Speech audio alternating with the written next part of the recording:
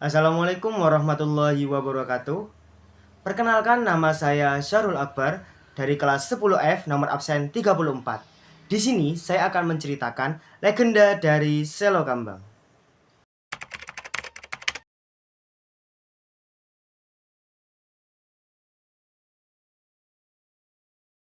Legenda Selo Kambang.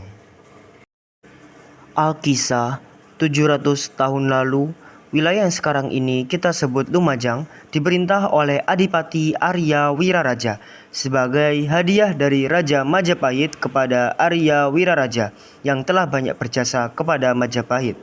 Kediaman Arya Wiraraja oleh benteng yang dipakai oleh prajurit Kadipaten berlatih keprajuritan, dan saat ini daerah tersebut kita namakan Desa Biting, yang dimana berasal dari kata biteng yang artinya benteng. Setelah 35 hari Adipati Arya Wiraraja meninggal, daerah Biting diserang oleh prajurit Majapahit yang saat itu masyarakat Biting tidak mengadakan perlawanan sama sekali. Akhirnya, mereka mengungsi keluar daerah yang mereka anggap aman, di antaranya hutan-hutan kecil di sekitar daerah tersebut. Saat ini daerah hutan itu dinamakan Kabonarang, sedangkan daerah bendungan yang juga di sekitar hutan tersebut sekarang ini kita sebut Dauan Lor, yang dimana Dauan artinya bendungan yang letaknya di sebelah utara desa itu. Diceritakan pula bahwa pada saat itu keluarga Empu Nambi alias putra Arya Wiraraja juga terbunuh. Tidak ketinggalan, Demang Peloso pun ikut mengungsi. Demang Peloso adalah Demang yang saat itu hidup di zaman tersebut. Beliau mempunyai abdi kinasih yang sangat setia. Dari abdi kinasih itulah legenda Selo Kambang ini ada. Abdi kinasih mencari Demang Peloso yang saat itu berpencar dalam pengungsian.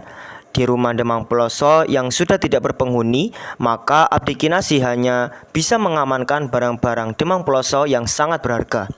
Dengan memanggul barang tersebut, Abdi kinasih meninggalkan tempat tersebut dengan tujuan mencari di mana Demang Peloso dan keluarganya mengungsi.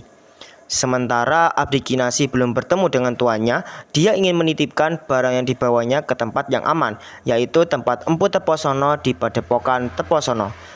Tepo artinya topo, sono artinya tempat, dan Teposono artinya tempat bertapa yang banyak ilmunya.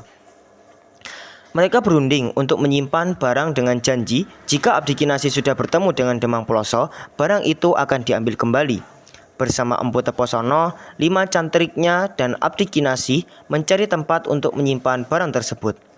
Di sekat pohon besar di sekitar danau kecil yang ada di daerah itulah mereka akan menyimpan barang tersebut yang berupa cepuk-cepuk yang isinya perhiasan berharga. Kebetulan di dekat pohon tersebut ada sebongkah batu sebesar kerbau. Disitulah mereka akan menyimpannya. Batu itu tidak bisa diangkat meskipun dengan cara apapun, sehingga mereka menyerah dan mengadukan hal tersebut kepada Empu Teposono.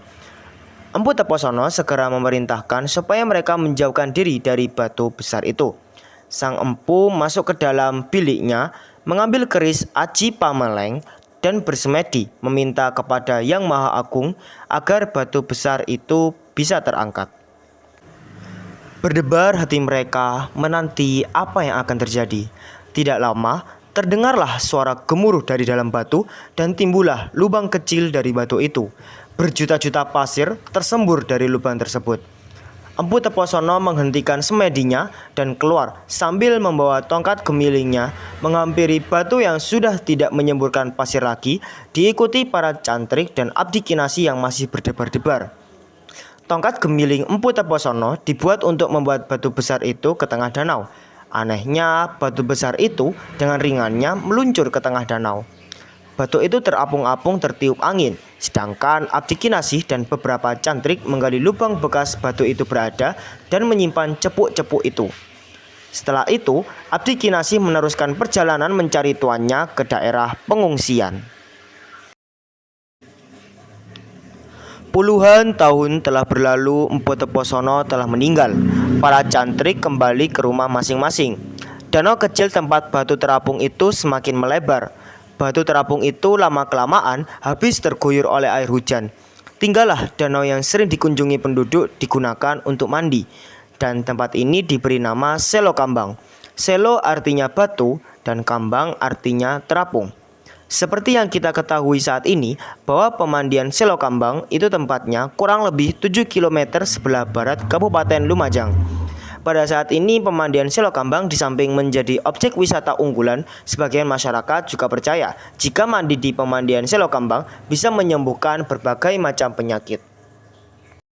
Jadi itulah legenda dari Selo Kambang.